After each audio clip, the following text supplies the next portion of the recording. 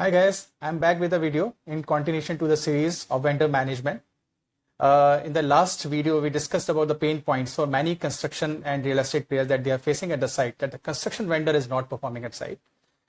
Since successful vendor management can lead to a success stories of a project, we are going to discuss about the vendor-based risk and strategies that can actually lead to a success or a failure of a project. Let's see what are those strategies to cater the risks. I'm just going to run through to the introduction briefly, and then we'll directly go to the parameters and the points. Hi, my name is Akshay Bhatt. I'm carrying a vast experience in construction and real estate projects. Since construction vendor management directly affects the value delivery of the project, it becomes very important to handle this. And it can become a very big risk if it is not handled properly. So as I will be coming up more videos on the properties, so please subscribe to my channel, Property Shiksha, and remain updated on latest trends and information. So we are discussing about the vendor management at construction site, and this comes under the knowledge area of project risk management. Here is a little disclaimer as well. The contents of the shared video are based on my personal experiences and for illustrative purposes only. Please seek technical experts or consultants' advice before acting, as constants vary from case to case. I did a root cause analysis on the problems we are facing because of the vendor. I worked out the key measurement parameters that influence the construction vendor performance and divided this into three categories. One is vendor-centric parameters, second one is project owner-centric parameters, and third is obligations during construction. All these parameters should be undertaken in the risk management plan during planning stage. So here we are specifically discussing about any unfavorable output caused due to the vendor-centric parameters that label contractor vendor as a poor performer. In the last video, we discussed about the vendor-centric parameters that are leading to the poor performance of vendor, which were hiring of a vendor for a new region, incompetent construction vendor, lowest but impractical bid, cost escalation during execution, poor team and leadership performance. We'll be covering more points in this video. Let's see what are those points which are leading to a poor performance of vendor. So under project risk management, my next points toward the vendor-centric parameters, which is leading to a poor performance of vendor and is attributable to vendor, is contractor commitment missing on schedule and construction equipment. This is a higher risk parameter and it is to be tackled on higher priority. So what is the problem if contractor is not giving the commitment on schedule and construction equipment? So the problem is that, if he's not giving the commitment, then definitely he's not going to follow your schedule or providing you the construction equipment as and when required by the site. All the time you will be pushing him to meet the schedule, meet the timelines and provide the construction equipment. So how this can be tackled and what can be the plausible risk strategies for this? So one of the strategies can be to avoid risk of delays and insufficient construction tools while ensuring vendors are onboarded and bound with a contract on this. The given graph here is just the example of a schedule with the interlinking activities that can be asked from the vendor. So what we need to do is to have a signed contract with contractor, which should have the advanced planning or commitment by the contractor on milestone or detailed construction schedule and plan construction equipment and its deployment schedule. We need to understand here that it is only the commitment by the contractor on these things that can help us monitoring and controlling their performance. Also, this planning is necessary to avoid any variation claim or risk while ensuring smoothness and clarity in work at site. The given table is just an example of the construction equipment and its specification. Let me just give you the example on this point. We faced this problem in one of the site. We were discussing with the contractor since very long to finalize the contract conditions and all those things. He was not providing us the schedule, so we provided the schedule and he signed on the contract as well, but with the condition that he will resubmit the schedule post award of the contract. He submitted the schedule as well, but after a lot of follow-ups, and what he submitted, it was a very relaxed schedule which was actually not meeting our criteria of the intermediate milestones, though it was meeting the last date as committed in the contract. So at the end of the day, whatever commitment, whatever discussion you are taking with contractor, it should be a win-win situation for both the parties. For the developer, the objective of timelines and cost should meet, and for contractors, smooth working at site should meet. So the next point under project risk management towards the vendor-centric parameters leading to a poor performance of vendor, which is attributable to vendor, is lack of manpower, which is mobilization of required manpower is actually missing at site. So this means that contractor has already given the commitment, but he is not able to mobilize his manpower onto the site. So how this can be tackled? So here, the plausible risk strategy can be to avoid risk while ensuring on manpower availability in the proposed project region and also with your project.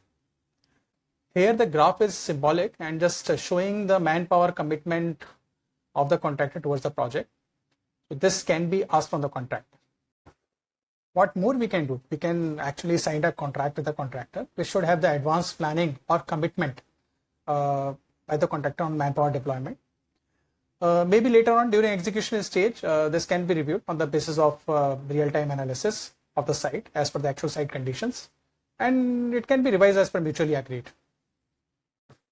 Let me just give you the example in one of the project, though the progress was committed by the contractor, but manpower was not proportionate. And later on, it's like, the progress was not up to the mark and the project got delayed. I mean, we had to push the contractor to do a follow-up to the contractor a lot in order to meet the requirements of the manpower.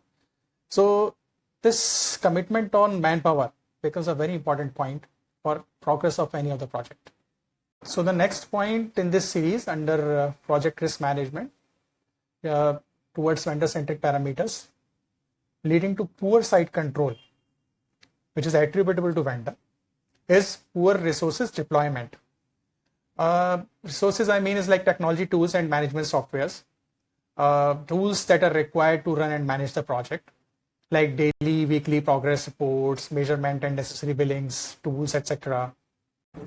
So how this can be tackled? So here, the plausible risk strategy can be to avoid risk while ensuring onboarding of competent contractor and the commitment of resources as per the contract. Though you can simply pass the instruction to the contractor on work measurement tools, cost segregation and billing, computer systems configuration, regular process update through project management softwares like Revit, BIM, Excel, whatever. But it is better to bind him under the contract. So he will be bound to give you, and this will be helpful for your project to run smoothly. So what more you can do? You can actually sign a contract with the contractor. We should have the advanced planning or commitment by the competent contractor on technology tools, management softwares. So generally the technology tools and management softwares will ensure timely reports and billing for the project. The computer system should have the required configuration and specification. So generally it should meet the performance requirements. Let me just give you the example. In one of the sites, we faced this kind of a problem. So it was an interior site where the vendor was deployed, but he was delaying the manpower allocation for the joint measurement.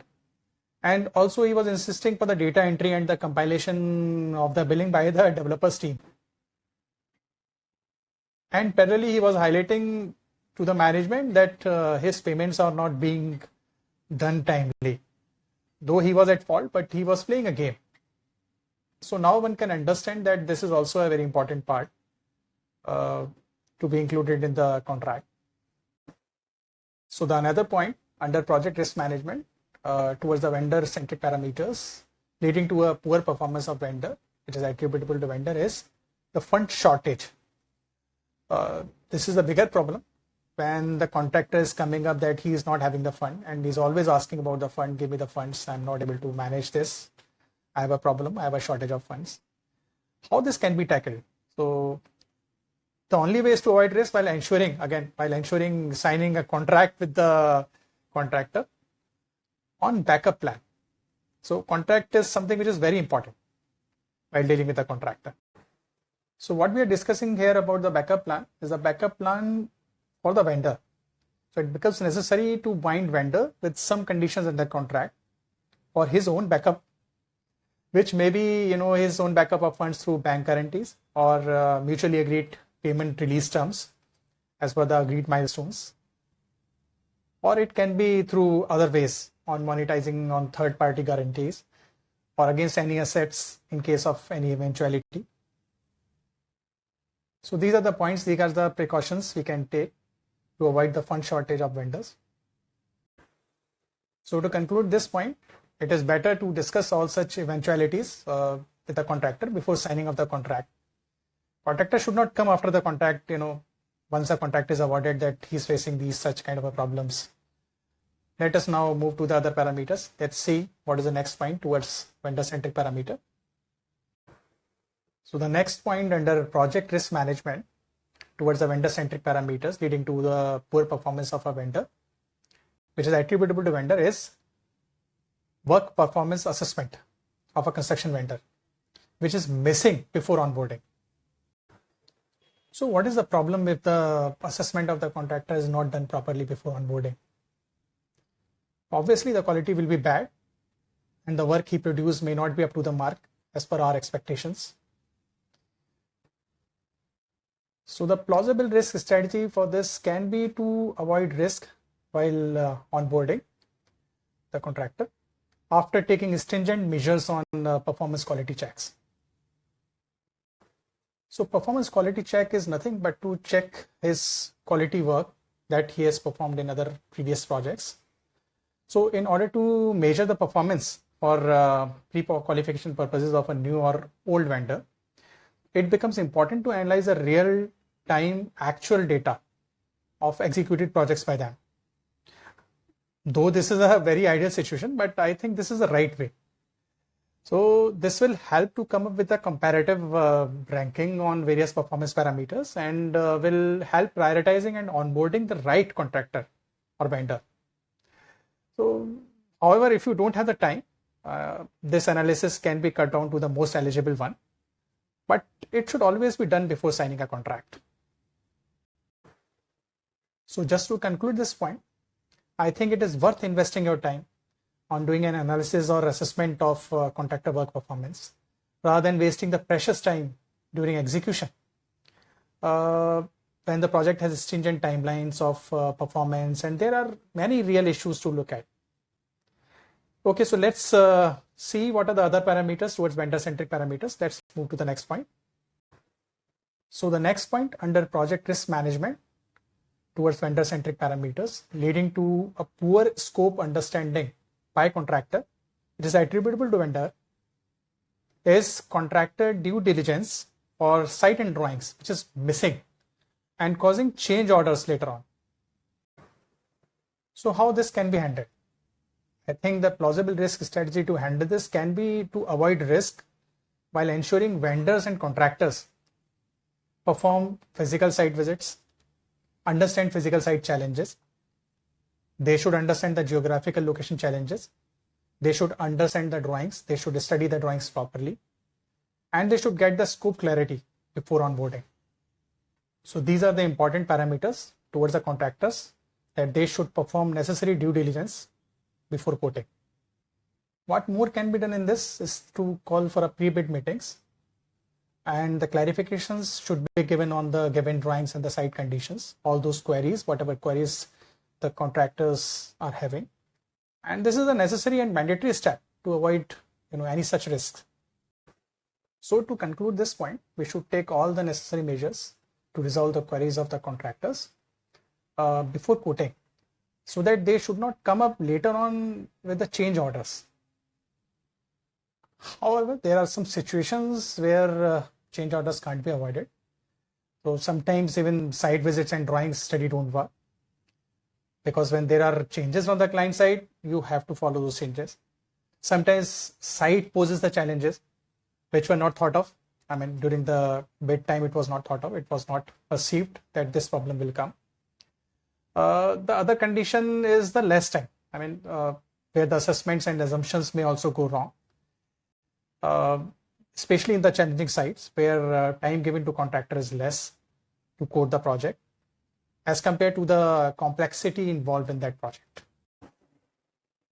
So guys, this is the end of the vendor-centric parameters. While proceeding further, I would like to highlight some facts about vendor performance based risk that are important to mention, that are inevitable. So one of the fact is like most of the time vendor performance depends on external dependencies, and this is very dynamic. External dependencies like sourcing of materials or additional manpower, it actually affects contractors' commitment. Another fact is comprehensive services model, where in order to offer comprehensive services to his client, the business model of both the parties, both the developer and contractor, is actually based on the calculated risks, which is supported by backup strategy or contingency funds. Another fact here related to the vendor performance based risk is the external dependency. So we need to understand here that the higher percentage of external dependency, the higher probability and impact risk on vendor's performance will always lead to a higher risk of particular task. Another fact here about vendor performance based risk is to understand that a risk is a risk. No matter it falls under whose domain, developer or contractor. But yes, what is important here is who is most eligible or qualified to handle it efficiently at that particular point of time. And that is what decides who will handle this. Another fact here is towards the risk is like which requires proper handling, which may be handled by specialized professional people, SMEs, or seasoned team players who is having an excellent performance track record, but it is to be handled properly. So another fact here about vendor performance based risk is a good strategy and implementation. So we need to understand that it is only a good strategy and implementation that can avoid the risk or convert such risks into opportunities. So hey guys, this is the end of the vendor centric parameters. So in totality, we discussed about 11 points over this.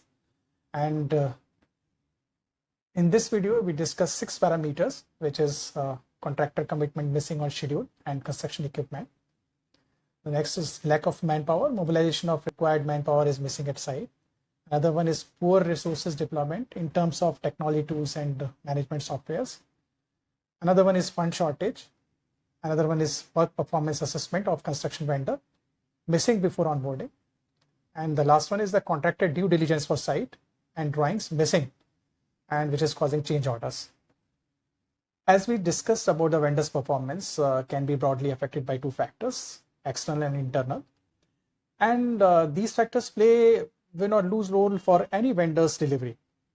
But one thing is for sure that if the external percentage factors are higher, with a higher probability impact risk on vendor's performance, he carries a higher risk of poor performance. Definitely, that is for sure.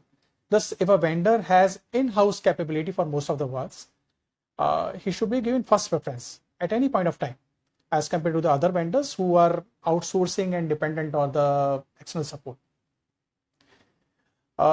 As a risk is always a risk, so if client decides and undertakes some of these external factors under his domain, for example, where a client supplies a material or any other additional manpower to fill the gaps in order to save the time and control on the cost, client himself may end up to a poor performance or escalated cost without even realizing this.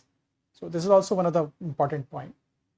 So as per my understanding, work should always be awarded to the stakeholder who has the ability to handle the risk and avoid it altogether. So moving further, and most importantly, if he is capable enough to convert the risk into opportunities, we should simply go ahead and take the chances on such stakeholders. So thank you for watching this video. Just keep on watching, keep understanding, and keep learning. Thank you.